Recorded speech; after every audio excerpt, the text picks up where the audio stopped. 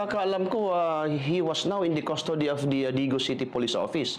Pero may plano kayo na pulan siya? Of course, he was very important. He is really part of this investigation. Kasi hindi ka ako mag-conclude pero my opinion is that he is part and parcel of this criminal design. Kasama siya. Bakit sir? Sabi ko nga, when we conducted the reenactment, yung shooter is, the vehicle is slowly moving.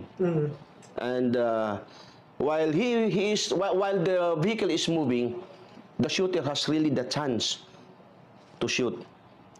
Wherein, kung wala lang yung matanda, yung parang distraction doon, makikita at makikita ni Kapitan Bukol. Okay. Kasi very clear, dito sa left side niya, may clear shot talaga. So, sa akin, in my own personal opinion, kung wala lang yung matanda doon, walang distraction, Kapitan Bukol could have seen that vehicle. And most likely, he can escape from that bullet that causes death. Okay. Oo. Mailagan pa siguro niya.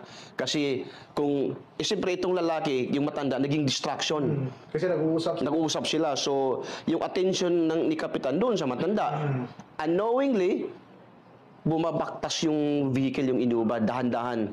Then, nagkaroon ng clear shot. Boom, dito. Malaki talaga ang side. Open talaga. Open talaga siya.